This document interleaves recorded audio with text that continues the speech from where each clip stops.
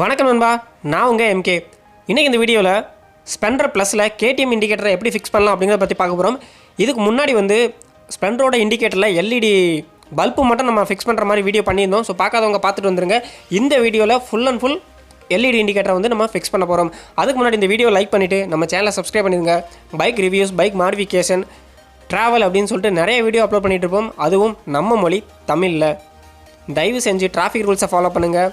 Helmet போட்டு வண்டி ஓட்டுங்க.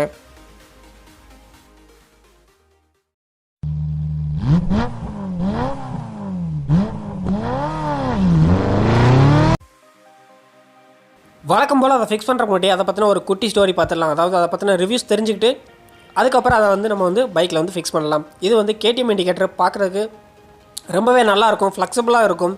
ஸோ லுக் வைஸில் பார்த்தீங்கன்னா ரொம்பவே நல்லா ஸ்லிம்மாக இருக்கும் அப்படின்னே சொல்லலாம். அதனால தான் ஒன் ஆஃப் மை ஃபேவரட் இண்டிகேட்டரில் இதுவும் ஒன்று. என்னுடைய சிம்பாலையும் அதாவது RTR 200 இதே இண்டிகேட்டர் தான் ஃபிக்ஸ் பண்ணியிருக்கேன். இன்றைக்கி இந்த இண்டிகேட்டரை நம்மளுடைய லெஜெண்டில் ஃபிக்ஸ் பண்ண போகிறோம். சென்டரில் பார்த்தீங்கன்னா 3 டாட்டில் எல்இடி கொடுத்துருக்கோம். ஸோ இதோட பவர் அப்படின்னு எடுத்துக்கிட்டிங்கன்னா ரொம்பவே நல்லாயிருக்கும்.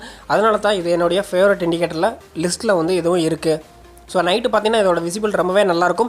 இந்த மாதிரி இண்டிகேட்டர் நீங்கள் ஃபிக்ஸ் பண்ணிவிட்டு ஹைவே ஃப்ளாஷர் அதாவது இண்டிகேட்டர் ஃப்ளாஷர் போட்டிங்கன்னா இதோடைய ரெஸ்பான்ஸ் பார்க்குறதுக்கு ரொம்பவே நல்லாயிருக்கும். இந்த மாதிரி ஆஃப்டர் மார்க்கெட் இண்டிகேட்டர் ஃபிக்ஸ் பண்ணுறதுக்கு முன்னாடி ஒரு அடிஷ்னலாக ஒரு டிப்ஸ் ஒன்று கொடுக்குறேன்.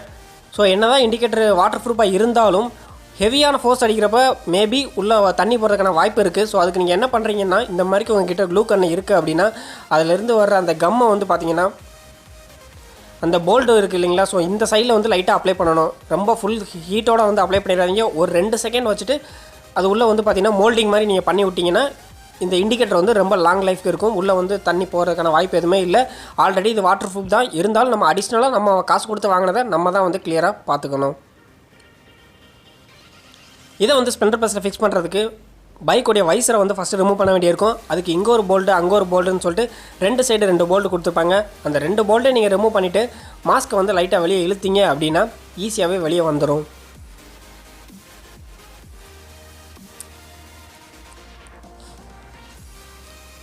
வைசரை ரிமூவ் பண்ணதுக்கப்புறம் ரைட் சைடு லெஃப்ட் சைடு இண்டிகேட்டரோட கலர் என்ன அப்படிங்கிறத மட்டும் நீங்கள் லைட்டாக நோட் பண்ணி வச்சுருங்க. அப்படின்னா தான் ரைட் லெஃப்ட் எது அப்படிங்கிறத கரெக்டாக நம்ம ஃபிக்ஸ் பண்ண முடியும். அதுக்கப்புறம் பைக்கில் இருக்கிற அந்த இண்டிகேட்டரை பழைய இண்டிகேட்டரை ஈஸியாகவே ரிமூவ் பண்ணிடலாம். ஃப்ரண்டில் ரிமூவ் பண்ணுறது ரொம்பவே ஈஸி. பேக்கில் தான் கொஞ்சம் ரிஸ்க்காக இருந்துச்சு. இப்போ லெஃப்ட் சைடு ரிமூவ் பண்ணியாச்சு. அதுக்கப்புறம் ரைட் சைடு இருக்கிற இண்டிகேட்டரை நான் ரிமூவ் பண்ணுறேன்.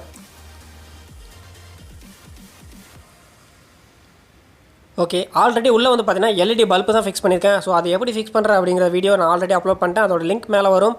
ஸோ போய் செக் பண்ணி பாருங்கள். இப்போ பேக் சைடு இண்டிகேட்டரை ரிமூவ் பண்ணியாச்சு.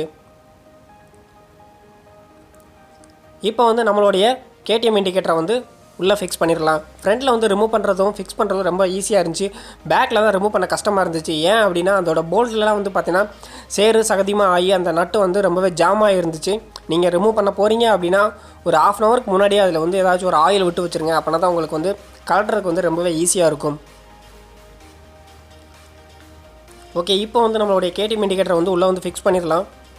ஃபிக்ஸ் பண்ணிவிட்டு ஃபுல்லாக டைட் வைக்காதீங்க. ஏன்னா மேலே கீழே அட்ஜஸ்ட் பண்ண வேண்டியிருக்கும். நார்மலாக பைக்கோடே வர இண்டிகேட்டரில் பார்த்தீங்கன்னா ஒரு சின்ன ஒரு காடி மாதிரி இருக்கும். அந்த இடத்துல கரெக்டாக லாக் ஆயிரும். அதே மாதிரிக்கு மேலே கீழே போகாது. இந்த ஆஃப்டர் மார்க்கெட் இண்டிகேட்டர் எல்லாமே அந்த மாதிரி ஃபிக்ஸ் ஆகாது.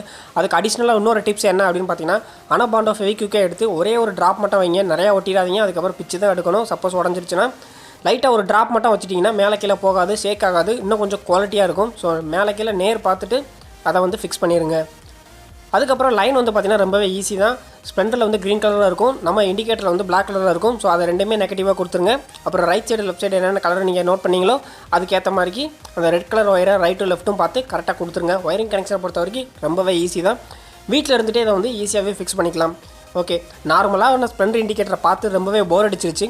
ஸோ இப்போ பார்க்கும்போது லுக் வைஸில் ரொம்பவே நல்லாயிருக்கு இந்த இண்டிகேட்டர் அப்படின்னே சொல்லலாம். கேடிஎம் மாடல் இண்டிகேட்டரே இன்னொரு ஸ்லிம்மாக ஒரு இண்டிகேட்டர் இருக்கும். அந்த இண்டிகேட்டர் ரொம்பவே நல்லா இருக்காது. ஏன்னா ஸ்ப்ளெண்டர் ரொம்ப ஆல்ரெடி நார்மலாக இருந்த இண்டிகேட்டர் ரொம்பவே பெருசாக இருக்கும். திடீர்னு ரொம்ப ஸ்லிம்மாக போட்டிங்கன்னா லுக் வைஸில் ரொம்ப நல்லா இருக்காது. ஆனால் இந்த கேடிஎம்மோட ஒரிஜினல் இண்டிகேட்டர் பார்த்திங்கன்னா பார்க்குறதுக்கு ரொம்பவே நல்லாயிருக்கும். பவரும் மற்ற எல்இடி இண்டிகேட்டரோட இதோட பவர் ரொம்பவே நல்லாயிருக்கும். பேக்கில் லைன் எடுக்கிறதுக்கு மட்டும் நீங்கள் பைக்கோடைய சீட்டை ரிமூவ் பண்ண வேண்டியிருக்கும். சீட்டை ரிமூவ் பண்ணால் தான் பேக்கில் வந்து இண்டிகேட்டரோட கனெக்ஷன் வந்து ஃபிக்ஸ் பண்ண முடியும்.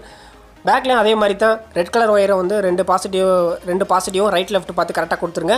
பிளாக் கலர் நெகட்டிவ் ரெண்டையுமே நெகட்டிவ் இருக்கிற லைனில் வந்து கொடுத்துருங்க. ஓகே, பேக்லேயும் ஃபிக்ஸ் பண்ணியாச்சு. இப்போ விசிபிள் எப்படி இருக்குது அப்படின்னு பார்க்கலாம். உங்களுக்கு இந்த இண்டிகேட்டர் வேணும் அப்படின்னா, இந்த இண்டிகேட்டர் வாங்கணும் அப்படின்னா MKPK பிட்ஸ் அப்படிங்கிறத கான்டாக்ட் பண்ணுங்கள்.